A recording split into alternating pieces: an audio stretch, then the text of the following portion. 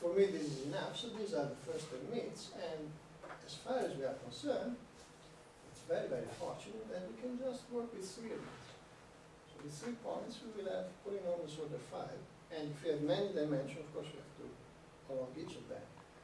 And I can always normalize things in such a way that this is -1 and +1, and there we are.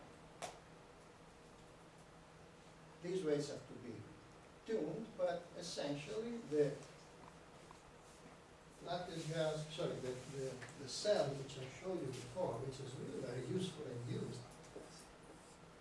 this one is just 380 times the 3 meter. Done. Beautiful.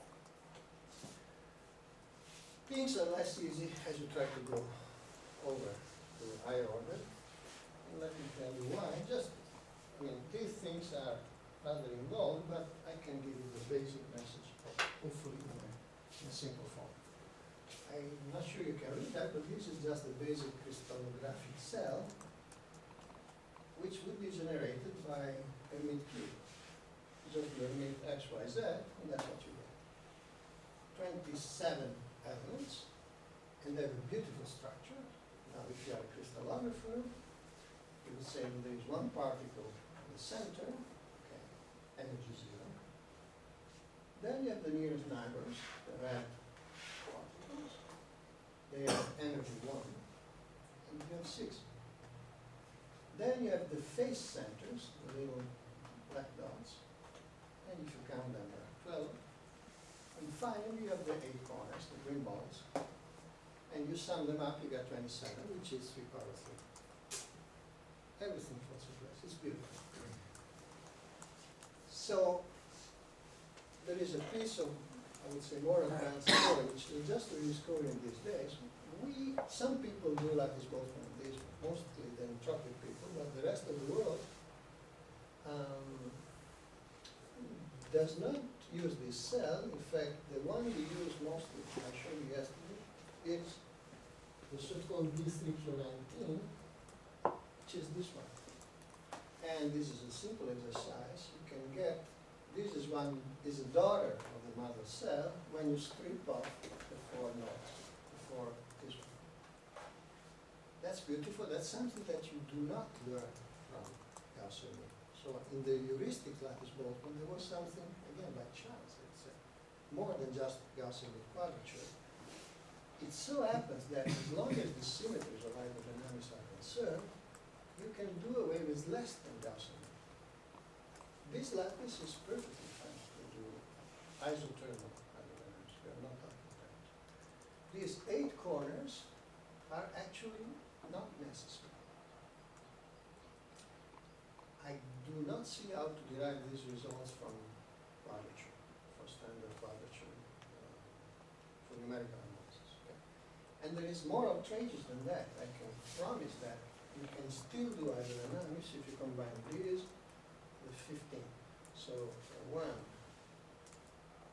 this and this, actually. Do this plus this, which is 13. So you just jump over this and you forget about this. It is still good, but much less good. There is the 15, which is 1,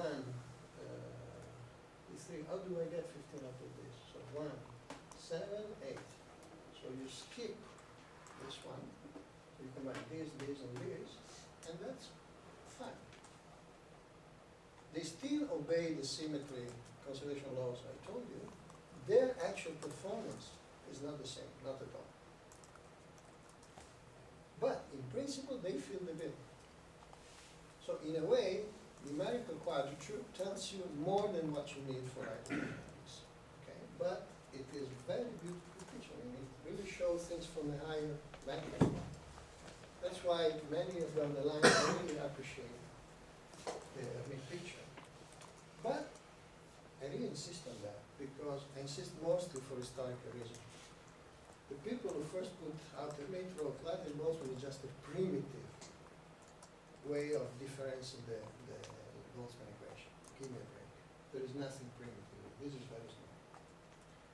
And all the more, at that time, what they brought as a practical scheme was just exactly the same scheme which were invented before. So they should have been a little bit more decent.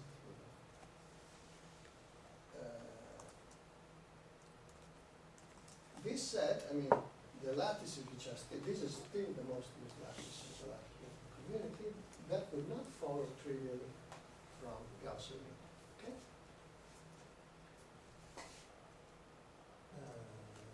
That is a more advanced, I will not talk about that, but I want you to give you a flavor. If you forget about any equation here, if you want to do thermal flows, this will be not. Even the full cell will not be enough. Because as I told you, this integrates a polynomial order 5, but in fact for thermal flows you need order 3 times 2. So you need 6th order isotropy, and that's not good enough. You need 35 flows. You need flows. I mean flows where the energy equation has to be tracked correctly. Okay. So there has to be a time evolution for the energy driven by the flux. Okay? So these are 6th order tensors, and this is not good enough for a 6th order tensor. You now know why, because you have 3, Gauss gives 5. 6 is out of the game. Can you give an example for a thermal flow? Convection. Convection, yes. Well, Rayleigh-Benard convection. No, Rayleigh-Benard you can do with Boussinesq actually.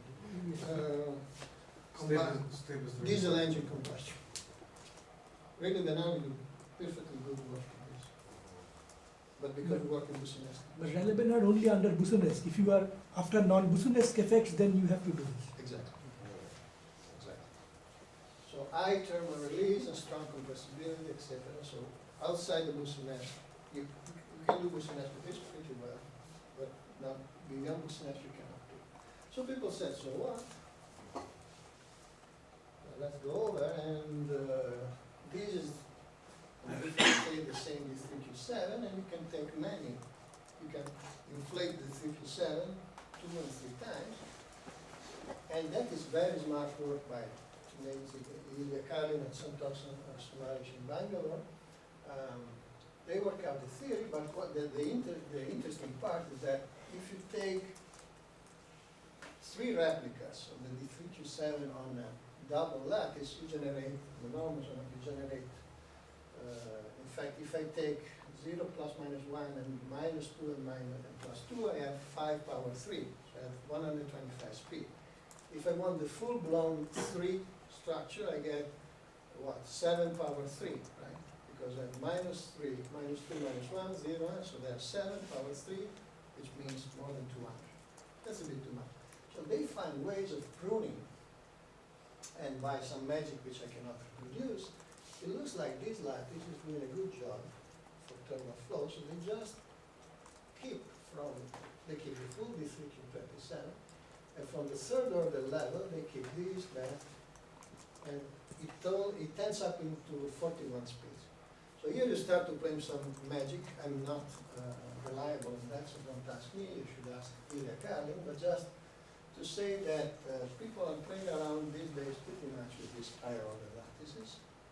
And again, this pruning gift, this is pruning. I mean, I'm taking the full structure. As a mathematician, I would say this is the lattice. And then say, well, I can do better. I can just strip off the 8 corners and still do a very good job. This is called pruning because you take off something. Pruning becomes instrumental when you want to do thermal flows because if you insist on the mid structure, you would generate hundreds and hundreds of discrete speed, and then the game is not so easy. Now, I have been telling you something definitely wrong at this point, but it would be very, very, it's almost impossible for you to catch me. The wrong thing is that this is not an Hermite sequence. I tell you why. How do I get the Hermite nodes? The magic nodes I was mentioning here, Hermite could show that they are the zeros of the Hermite polynomial of a given order. Okay? So if I have 0 plus minus V1 plus minus V2, etc., etc., I can always say that V1 is 1, and normalize it. But unless V2 is twice V1, the next set will not be on an integer sequence. So I cannot normalize this to 0, 1, 2, 3, n because this is not true. The zeros of the new polynomial are not a uniform sequence. That is very bad news because it means I cannot play my crystal game anymore.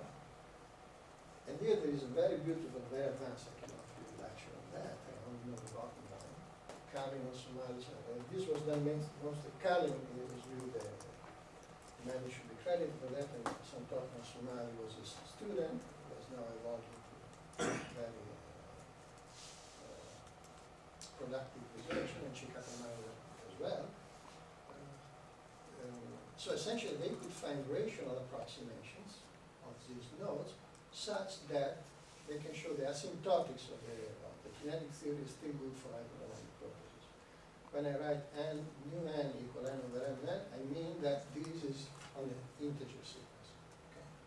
But this is an approximation. Otherwise, in principle, if I have a sequence like, say, 0, 1, minus 1, and I don't know what, square root of 2 and minus square root of 2, I cannot jump with velocity 1 here, and here I have another velocity, so what people will do, they jump here, they jump to minus 2, and then they interpolate. But interpolation is very bad, because then you break the exact string universal differential. You really spoil something basic of it. You would say, oh, it's interpolation, so what? If the second order interpolation, the method is second order accurate, so what? No, because you spoil the fact the string is exact. So you should stay away from interpolation as much as you can in that response. Sometimes you have to do it. But the game, the beauty of the game is when the particles really live on the lattice, they are grid bound. That's the beauty of that response. Sometimes you have to give this up, but you should be set of doing that. Okay? So the Hermite doesn't take you off lattice, and we find recipes, in fact, to stay on lattice even on higher order lattice. Then this is a paper, comes from a paper we published a few years ago, and just to show how to compute all orders. But of course you would never run a lattice Boltzmann as such a lattice. But in this case, these are still on a crystal. Just to say that you can go higher order on the crystal, and you can go higher order Hermite. If you go higher order on the crystal, I'm not sure which one is better. I'm pretty positive that with Hermite you would need less lattice size, but nobody will explore that into any specific detail. We just give these lattices to show how to compute interaction for flows with phase transition. So it's a different step. Anyway, I don't want to confuse you too much. It's probably time to stop. But and this is what I got yesterday, just inspiration from John. It would be nice to do Lattice Boltzmann in Penrose style, if you know how to do it. And let me know. I don't think it's easy, just because of what I told you. But think about it. First of all, the connectivity here is very strange. I have 1, 2, 3, 4, 5, 6, fine. But the connectivity is changing from place to place. I wouldn't know how to do a grid-bound game either, and still and make it compatible with fluid analysis. But if you have some wild thought about that, it would be nice to do. What I could do, that would be another lecture. I could say that this is a finite volume tessellation of space, and then put my lattice island and Lattice Boltzmann grid underneath, and do finite volume. That you can do. But again, it's a different story. Just doing a primitive Lattice Boltzmann dynamics on this grid, I wouldn't know what to do.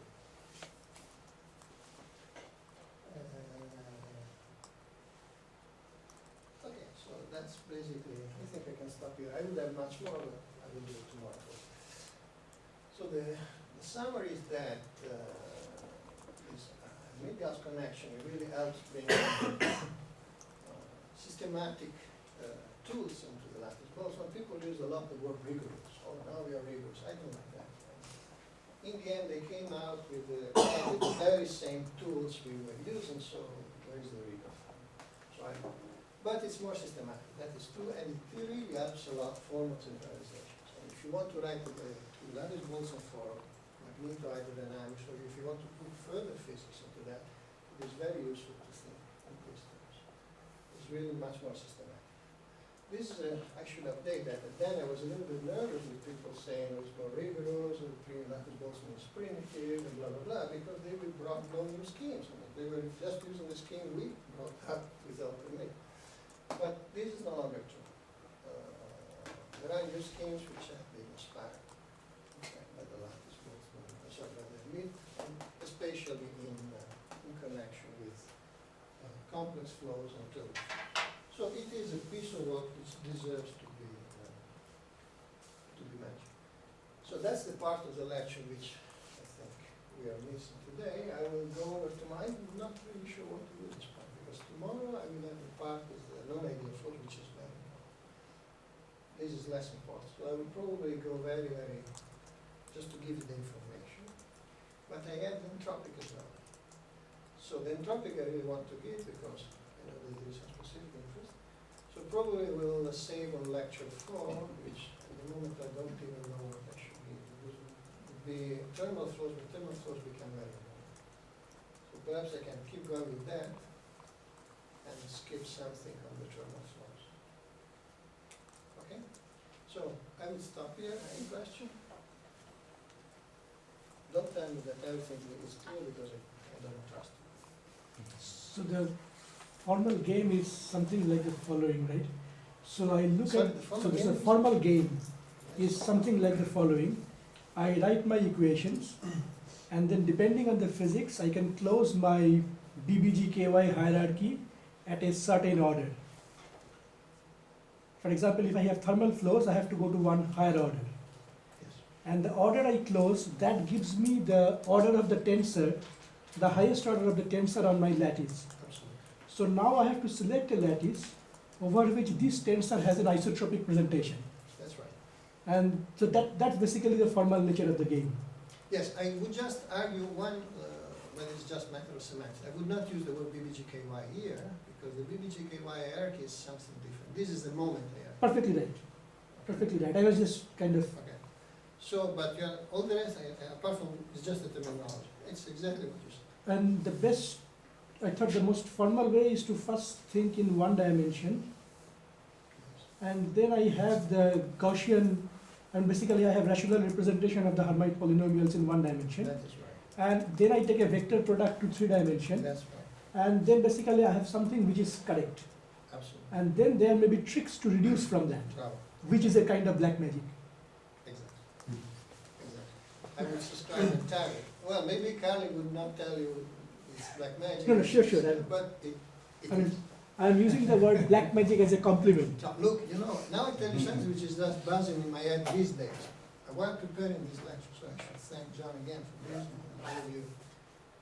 I think it's just a crazy dream, but this pruning could be, the wild thought is the following. You know that there is a very huge problem one of the biggest problems in computational physics at all is just to sample n-dimensional space for the Schrödinger equation. And of course, you cannot grid any space beyond 3 dimensions. You would immediately go to Monte Carlo. I was just wondering whether there is some ways of pruning high-dimensional spaces. I'm afraid this is doomed, because even if I prune, say, from 3 to 2, here the pruning, the best pruning I can do is 27 to 15, which is a factor of 2. 15 is even more than 2 power 3. And I'm afraid that even if I could prune from 3 to 2 power, say, 100, it's still a number which I can manage. But I was just wondering whether this pruning could be brought to higher dimensions. That would be great. If you Really very well. I don't think it's possible. maybe if you ask a question the other way around, Which is? that if I do a random, say I I take that so in 2D for example, Yes, every point has something like 8 neighbors, right? yes, So if I now, instead of doing it on a regular grid, yes, I do a random sampling with one point going to 8 neighbors and the other going to 8 neighbors. And then if I do a lattice Boltzmann on such a space in 2D, do I get the standard results back? exactly. And now I tell you a really funny story. A couple of years ago, I got a phone call home by a guy from California. He was an investor from California. He said, "Oh, I have been told that Lattice Boltzmann is basically a Monte Carlo with efficiency 1 because every move is accepted." And I said, "Yes, you can think of it this way." Then he said, "If this is true, then you can do quantum Monte Carlo with Lattice Boltzmann." And he wanted to put, spin off your company. I said, "Wait a minute, there is a little problem that quantum Monte Carlo for Schrödinger equation is Lattice Boltzmann in 100 dimensions. And I cannot agree 100 dimensions." The interesting thing was that the investor, which was an informed person, had a serious scientist behind him, I don't remember the name, but serious guys in quantum Monte Carlo. And it took a couple of weeks. We had really intense discussion, and unfortunately, I had to convince them that there was no way out, which was miserable. It would have been really fun and also profitable, I would say. But maybe there is something to do along this line. When you think and when you talk to the people, so David Sepperly is the king of quantum Monte Carlo, and he immediately tells you, no, you don't read an underdimensional storage is the problem, not the CPU. And this is quintessential grading, right? Now comes this pruning, and I just wonder whether one could find an extreme form of pruning. In other words, you would grid the underdimensional space with a limit, okay? Totally manageable, but then you would have some magic strategies to take things off with some criteria so that you bring down to, for instance, suppose we take just the linear, the 6 red balls. In n dimension, this would be, and say Schrödinger is a partial differential equation, okay, for, say, 100 atoms. It lives in a space which is 300, as 300. These things will scale linearly with dimension, because I have 2 along each dimension. So in 100 dimension, this would be 600. It would not be exponentially big. If I could sample the Schrödinger equation just living around this, it could become magic. So the exercise is, what do I need as a symmetry to formalize Lattice Boltzmann, the Schrödinger equation with the Lattice Boltzmann scheme, and is that enough? Now I tell you that's another course. Lattice Boltzmann can solve the Schrödinger equation in 3 dimensions. I'm just thinking these days whether I can take some ideas from this pruning as applied to the Schrödinger equation. That would be really big. I don't think it would be possible, but just preparing this lecture, that occurred to me that maybe there are smart ways. That would be really an extreme form of pruning. For fluid dynamics, we know that this is not enough. That would be like the square of Pomot. I would do square volence with the red. But the Schrödinger is less demanding than other Stokes and Thomson symmetry. So that's completely crazy tangent. But if you have any ideas on pruning, please let me know, because I think it's quite unlikely to be working, but it's a very nice and relative new idea into this field, which might have some ramifications. Why it is so difficult to apply Lattice Boltzmann for one fluid on each D? So if you have one fluid on each D, 3D space. No, 3D space is fine, you can do it. No, I'm talking equation which live in underdimensional space. Okay. Where they have a terrible problem is how to, they have to solve an equation in 100 dimension, right? Yeah. And they have to perform integrals. The only way to perform an integral in 100 dimension is Monte Carlo. And Monte Carlo is very expensive. You have to try, many moves are rejected, especially near the ground state, so it's a big industry. So this guy thought that Boltzmann could have been a perfect Monte Carlo for sure. If this were be true, I would be rich and famous. Orders of magnitude, I can tell. But prior to that, I would be accurate. That would be really big and wrong. And I have to convince again myself that, alas, no, it is not like that. Now, if you can find some extreme pruning, we will become rich and famous. I have a question.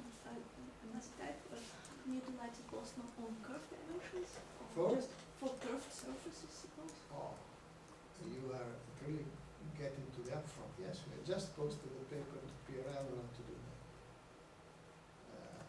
Curved surfaces, you mean in curved manifold? Yes. Yes. Supposed to desurface in 3D.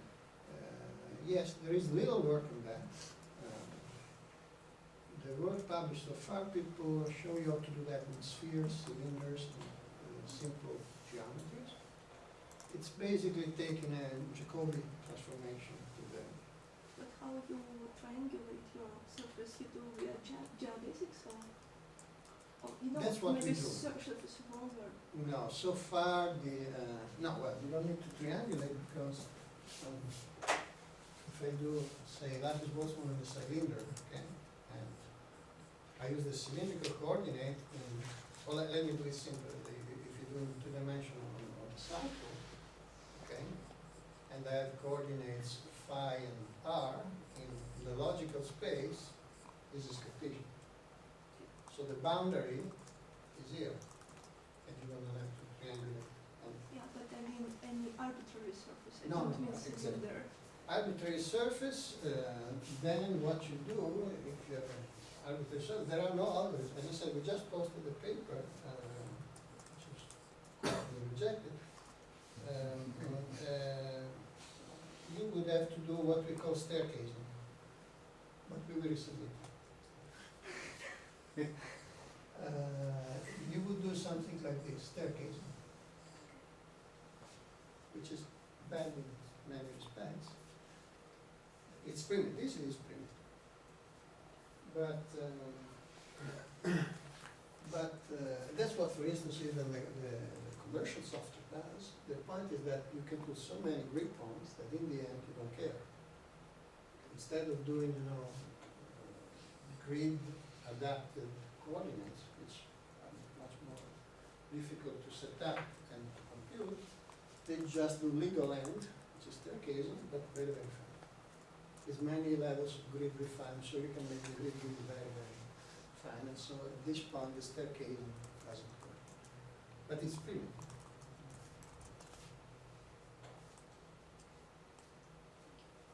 So, I'm jumping one class ahead, but are there any advantages of using Lattice Boltzmann to solve for the energy equation? In terms of the complications, what you spoke about, like, you have to go to higher symmetries in the lattice. So, is there any advantage one gets if one tries to use the entropic method? I'm not answering this question, not seriously at least.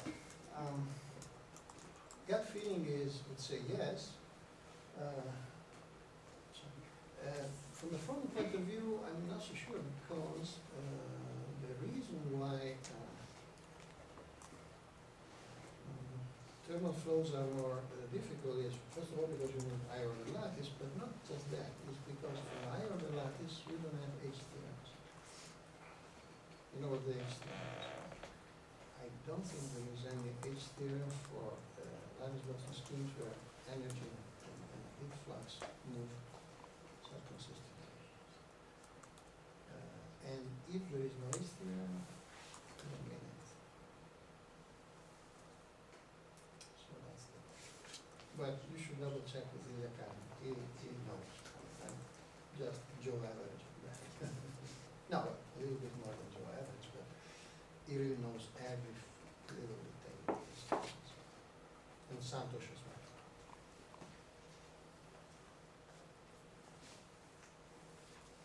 Thank you.